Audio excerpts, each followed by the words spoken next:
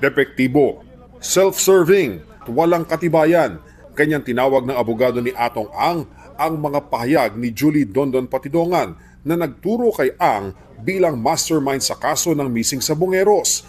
Git ng abogado ni Ang, inosente ang kanyang kliyente sa patong-patong na reklamo ng mga kaanak ng mga sabongero. Kabilang na riyan ang multiple murder, serious illegal detention and enforced disappearance, paglabag sa Anti-Graft and Corrupt Practices Act, direct bribery, corruption of public officials, obstruction of justice at paglabag sa international humanitarian law. Hinikayat ng kampo ni Ang mga kaanak ng mga nawawalang sabongero na suriing mabuti ang mga pahayag ni Patidongan at timing nito. 15 taon daw na empleyado sa organisasyon ni Ang si Patidongan na pinalabas daw na siya ang pangunahing tauhan at utusan ni Ang. Tinawag niyang master manipulator si Patidongan. Ginamit umano ni Patidongan ang posisyon nito para mag-operate ng kanyang criminal network ng illegal na sugal, kidnapping, pangingikil at intimidasyon. Gamit ang mga resources ng grupo nang hindi nalalaman ng kanyang mga boss. At dahil nanganganib na ma-expose matapos sangkot sa pagkawala ng isang kakumpetensya sa sabong noong nakaraang taon, itinuro nito ngayon ang kanyang mga boss bilang mastermind para makaiwas sa pananagutan. Welcome naman daw sa kampo ni Ang paghahain sa kanya ng mga reklamo na pagkakataon daw para masagot ang mga paratang. Sa ngayon, sinabi na ni Prosecutor General Richard Fadulion na ini-evaluate na ng DOJ ang mga kaso para malaman kung sapat ba ang mga ebidensya para mayakyat ito sa isang preliminary investigation o PI. Samantala, 70 araw na preventive suspension ang ipinataw ng National Police Commission o NAPOLCOM sa 12 aktibong pulis na may kinalaman umano sa paglaho ng mga sabongeros. Isinangkot sila sa pagkawala ng mga sabongeros sa sinumpaang salaysay ng kanilang mga kaanak at ni Patidongan. Wala pa rin inilalabas sa reaksyon dito ang Department of Justice. May panibagong mga na-recover na hinihinalang buto ng tao mula sa Taal Lake nitong Sabado ayon sa PNP, kasamang nakuha ang ilang damit at gamit tulad ng mga sapatos sa tsinelas. Gretchen and Atong Ang, formal ng kinasuhan ng murder. At makukulong nanga ba talaga sina Gretchen at Atong Ang? Yan ang ating aalamin. Missing sabongeros. Latest update. Pero hindi lang international conflicts ang bumabagabag sa atin. Maging dito sa loob ng bansa, may mga nakakatakot na sikreto na lumilitaw. Kasama na rito ang nakakagulat na kaso ng mga nawawalang sabongero na umabot na sa Department of Justice. Nagsampa na ng reklamong murder ang mga kaanak ng mga nawawalang sabongero laban kay negosyanteng Atong Ang na itinurong utak umano sa mga krimen ayon sa whistleblower na si Julie Dondon Patidongan. Hindi lang si Atong Ang naging target, kasama pa rito ang actress na si Gretchen Barreto at si retired Police General Jonel Estomo. Ang nakakakilabot sa lahat ng ito, ayon kay Patidongan, nasa 34 na sabonghero ang nawala noong 2021 at 2022 na dinukot at ipinapatay umano dahil sa hinalang ng dadaya sa sabong. Pero ang mas nakakagulat, sinabi ni Patidongan na aabot sa 100 ang lahat ng sabongerong pinatay at itinapon umano ang mga bangkay sa Taal Lake. Taal Lake na pinakamagandang lawas sa Batangas na ginagawang tourist destination ay posibleng ginawang libingan ng mga patay na sabongero. Nakakasuklam man isipin, pero ganito karami ang mga nakatagong krimen sa ating lipunan.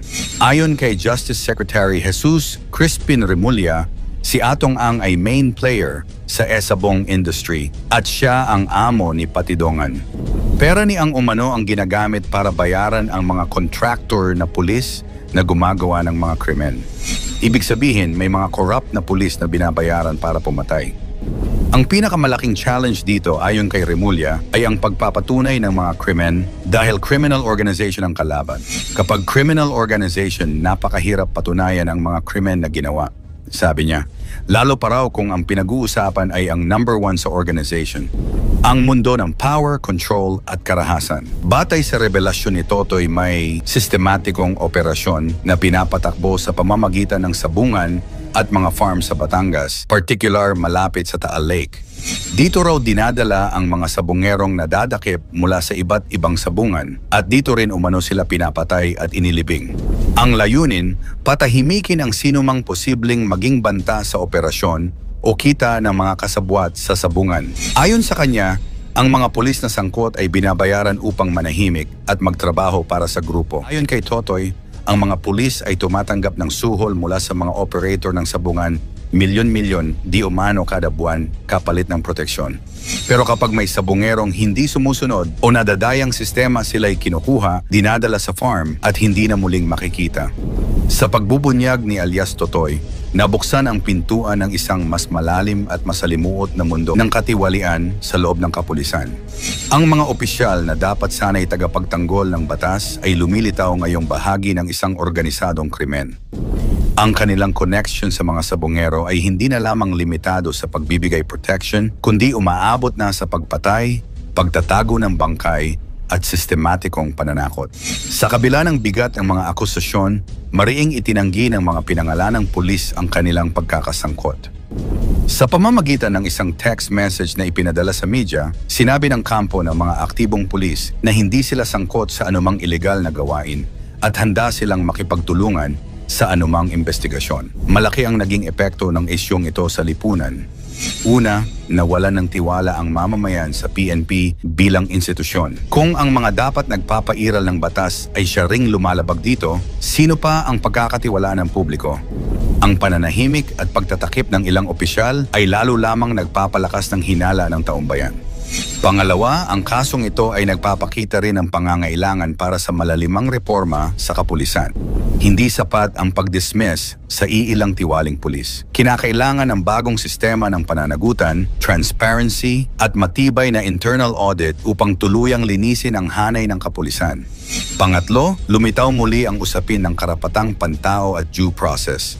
Anumang pagkakasala ng isang sabongero, kung meron man, ay dapat dumaan sa legal na proseso hindi sa pagdukot o pagpatay. Ang pagbibigay kapangyarihan sa isang grupo na magdesisyon kung sino ang karapat-dapat mawala ay isang tahasang pagyurak sa konstitusyon. Sa mga nawawalang sabonghero na pinapatay dahil sa pera, lahat ay tungkol sa pagkakaroon ng kapangyarihan at sa pagpapanatili nito. May mga criminal organization na gumagamit ng karahasan para mapanatili ang kanilang illegal empire.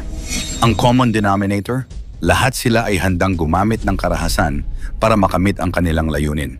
At ang nakakalungkot, ang mga ordinaryong tao ang naging collateral damage sa mga laro ng mga malalaking tao. Sa gitna ng lahat ng tensyon na ito, saan ba tayo dapat tumayo? Bilang mga Pilipino, kailangan nating maging aware sa mga nangyayari hindi lang sa loob ng bansa, kundi pati na rin sa international scene. Ngayon, higit kailanman mahalaga ang papel ng media, civil society at mga institusyon ng hustisya upang manatiling buhay ang issue, masusing mabantayan ang proseso ng investigasyon at maipagpatuloy ang paghahanap ng katotohanan. Ang mga tanong ngayon, may masisibak ba? May makukulong ba? I-komento mo naman ito sa ibaba. Huwag kalimutang mag-like and share. Maraming salamat at God bless.